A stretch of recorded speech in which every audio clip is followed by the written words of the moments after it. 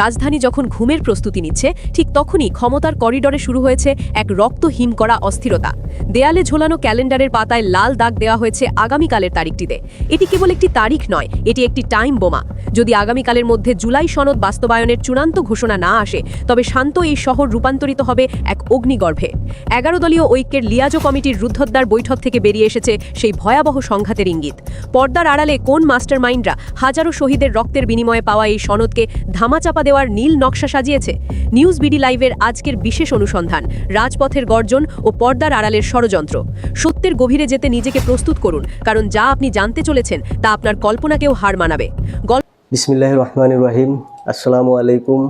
সুপ্রিয় দর্শক, বাংলাদেশের সমসাময়িক ঘটনার উপর যে সকল ভাইরাল এবং ট্রেন্ডিং নিউজ আপনারা সচরাচর সোশ্যাল মিডিয়াতে দেখে থাকেন, সেই সকল ভাইরাল এবং ট্রেন্ডিং নিউজের বিশ্লেষণ ভিত্তিক আলোচনা নিয়ে আমি আজমল আবারও হাজির হয়েছি। তো দর্শক, ভিডিওটি না টেনে পুরো ভিডিওটি দেখার চেষ্টা করবেন। আর আমার এই চ্যানেলে যারা নতুন, অবশ্যই সাবস্ক্রাইব করে বেল আইকনটি চেপে দিবেন। আর যারা ইতিমধ্যে সাবস্ক্রাইব করেছেন তাদেরকে অসংখ্য ধন্যবাদ। তো চলুন দর্শক, ভিডিওটিতে একটা লাইক দিয়ে ধারাবাহিকভাবে পুরো ভিডিওটি দেখে আসি। গল্পটা শুরু হয়েছিল এক ত্যাগের মহিমায়, কিন্তু আজ তা এসে ঠেকেছে দাবার জটিল চালে। মগবাজারের সেই নিবৃত কার্যালয়ে যখন 11 দলীয় ঐক্যের শীর্ষ নেতারা একত্রিত হয়েছিলেন, তখন বাতাসের ভার অন্য দিনের চেয়ে অনেক বেশি ছিল।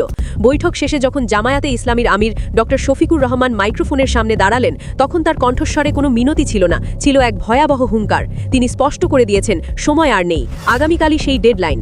সরকার কি ভেবেছিল জনগণের রায় নিয়ে ক্ষমতায় এসে সেই জনগণকেই ভুলে যাওয়া যাবে? জুলাই সনদের প্রতিটি শব্দ আজ শাসক দলের গলার কাটা হয়ে দাঁড়িয়েছে। ইনভেস্টিগেশন বলছে সরকার গত কয়েকদিন ধরে এক ধরনের সাইলেন্ট ইউটার্ন নেওয়ার চেষ্টা করছে। যে গণভোটে 70% মানুষ হ্যাঁ ভোট দিয়েছিল, সেই ম্যান্ডেটকে এখন আইনি মারপেচে অদৃশ্য করে দেওয়ার এক পর্দার আড়ালে ষড়যন্ত্র চলছে। এটি কি কেবল সময়ের অভাব, নাকি কোনো গভীর কৌশলের অংশ?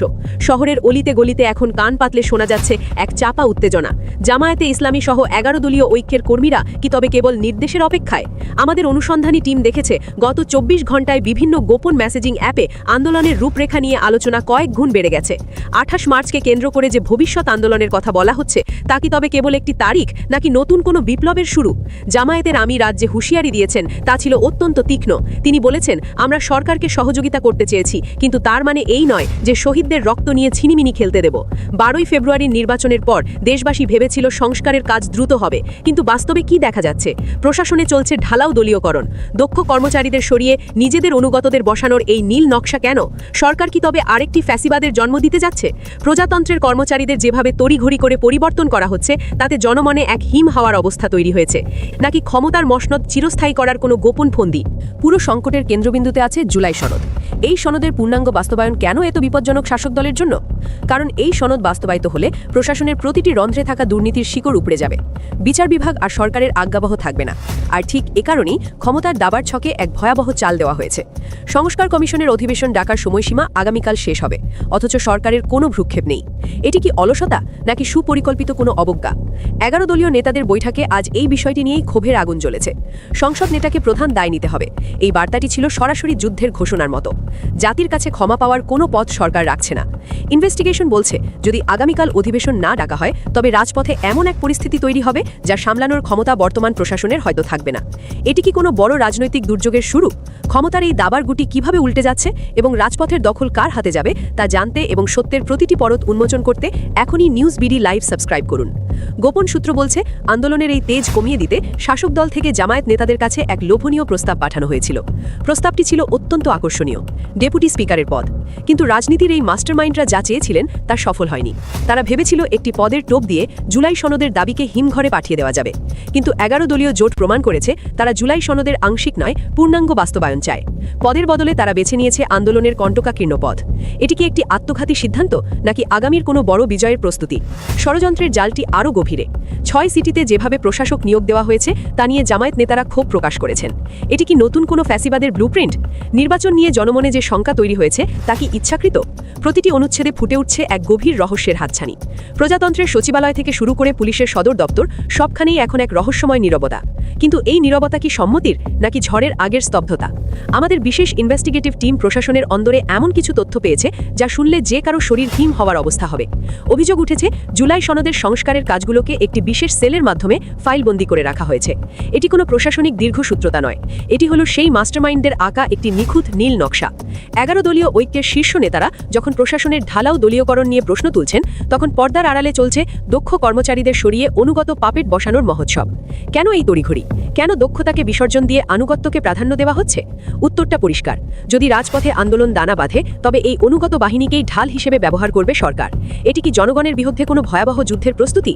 জুলাই সনদ কেবল কিছু দাপ্তরিক সংস্কার নয়, এটি হলো সেই আয়না যা শাসকের কুৎসিত চেহারাটা জনসম্মুখে উন্মোচিত করে দেয়। এই সনদে বিচার বিভাগের যে স্বাধীনতার কথা বলা হয়েছে, তা যদি কার্যকর হয়, তবে কোনো সরকারি আর আদালতকে নিজের লাঠিয়াল বাহিনী হিসেবে ব্যবহার করতে পারবে না। আর ঠিক এই জায়গাতেই বর্তমান সরকারের সবচেয়ে বড় ভয়ের কারণ। ইনভেস্টিগেশন বলছে সরকার আসলে জুলাই সনদের সেই সংস্কারগুলোকে ভয় পাচ্ছে যা তাদের একচ্ছত্র ক্ষমতাকে খর্ব করবে। তাই তারা বেছে নিয়েছে ইউ-টার্নের পথ।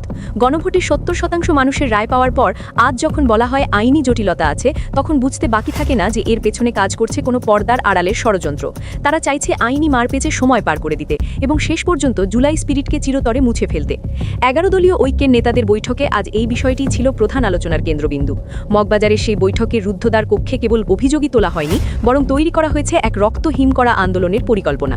যদি আগামীকালকের মধ্যে সরকার সংস্কার পরিষদের অধিবেশন না ডাকে, তবে 28 মার্চের সেই বৈঠক থেকে এমন এক কর্মসূচির ঘোষণা আসতে পারে যা রাজধানীর জনজীবনকে অচল করে দেবে। 11 দলীয় জোটের স্বেচ্ছাসেবক বাহিনী ইতিমধ্যে জেলা পর্যায়ে বার্তা পাঠিয়ে দিয়েছে। এটি কি কেবল একটি বিক্ষোভ? না, গোয়েন্দা রিপোর্ট বলছে এবারের আন্দোলনের ধরন হবে একেবারেই ভিন্ন। তারা আর কেবল রাজপথে স্লোগান দেবে না, বরং ঘেরাও করা হবে সেই সব কেন্দ্রবিন্দু যা প্রশাসনের প্রাণভোমরা। এটি কি কোনো বড় রাজনৈতিক বিস্ফোরণের পূর্বাভাস? জামায়াত আমির ডক্টর শফিকুর রহমানের সেই আলটিমেটাম কি তবে সরকারকে চূড়ান্ত পতনের দিকে ঠেলে দিচ্ছে? গণভোটে 70% মানুষের রায় পাওয়ার পর সরকার কেন আজ ইউ-টার্ন নিচ্ছে? এই প্রতারণা কেবল একটি রাজনৈতিক শব্দ নয়, এটি একটি রক্তহিম করা সত্য। সরকার কেন সংস্কার পরিষদের অধিবেশন ডাকতে এত অনীহা দেখাচ্ছে? ভয়টা কি তবে জনগণের শক্তিতে, নাকি সরকার বুঝতে পারছে জুলাই সনদের পূর্ণাঙ্গ বাস্তবায়ন মানেই হলো তাদের একচ্ছত্র ক্ষমতা চিরতরে হাতছাড়া হওয়া? ইনভেস্টিগেশন বলছে পর্দার আড়ালে এক শক্তিশালী গোষ্ঠী কাজ করছে যারা চায় না বাংলাদেশে কোনো মৌলিক সংস্কার আসুক। তারা চায় সেই পুরনো ফ্যাসিবাদী কাঠামোকে নতুন মোড়কে টিকিয়ে রাখতে। আর এই মাস্টার মাইন্ডের প্ররোচনাতেই সরকার আজ জনগণের ম্যান্ডেটকে বৃদ্ধাঙ্গুলি দেখাচ্ছে। আমরা আগে যেমনটি বলেছি, জামায়াতকে ডেপুটি স্পিকারের পদ প্রস্তাব করা হয়েছিল, কিন্তু কেন? আজকের এই চরম উত্তেজনার মুহূর্তে সেই রহস্যটি আরও পরিষ্কার হয়ে উঠছে। এটি ছিল আন্দোলনের মেরুদণ্ড ভেঙে দেওয়ার এক সুচতুর চাল। সরকার চেয়েছিল জামায়াতকে রাষ্ট্রীয় পদের লোভে ব্যস্ত রেখে জুলাই সনদের দাবিকে চিরতরে কবরে পাঠিয়ে দিতে। কিন্তু 11 দলীয় ঐক্য আজ প্রমাণ করেছে তারা পদের মোহে অন্ধ নয়। তারা স্পষ্ট করে দিয়েছে জুলাই সনদ বাস্তবায়নে আপনারা উদার হন। এই উদারতা কি সরকারের মাঝে আসবে, নাকি অহংকারের দেয়াল আরও উঁচু হবে? প্রশাসনে যেভাবে দক্ষ কর্মচারীদের সরিয়ে দলীয়করণ করা হচ্ছে, তা যেন সেই ফ্যাসিবাদী রাজত্বেরই এক প্রেতাত্মা। এই পর্দার আড়ালের ষড়যন্ত্র সফল হলে বাংলাদেশের গণতন্ত্রের কবর রচনা হবে এখানেই। আমাদের প্রশ্ন, জনগণকে দেওয়া প্রতিশ্রুতি যখন ক্ষমতার মোহে ধুলোয় মেশানো হয়, তখন সেই ক্ষমতাকে কি আর বৈধ বলা যায়, নাকি এটি গণতন্ত্রের ছদ্মবেশে এক নতুন ও ভয়াবহ প্রতারণা? ধন্যবাদ সুপ্রিয় দর্শক, এতক্ষণ কষ্ট করে আমার এই ভিডিওটি দেখার জন্য। ভিডিওটি ভালো লাগলে অবশ্যই লাইক, শেয়ার, কমেন্ট করে যাবেন। আর সকলেই সালাত নিজেও কায়েম করবেন এবং অপরকেও সালাত কায়েম করতে উৎসাহিত করবেন। সকলেই ভালো থাকবেন, সুস্থ থাকবেন। দেখা হবে পরবর্তী ভিডিওতে। আল্লাহ হাফেজ।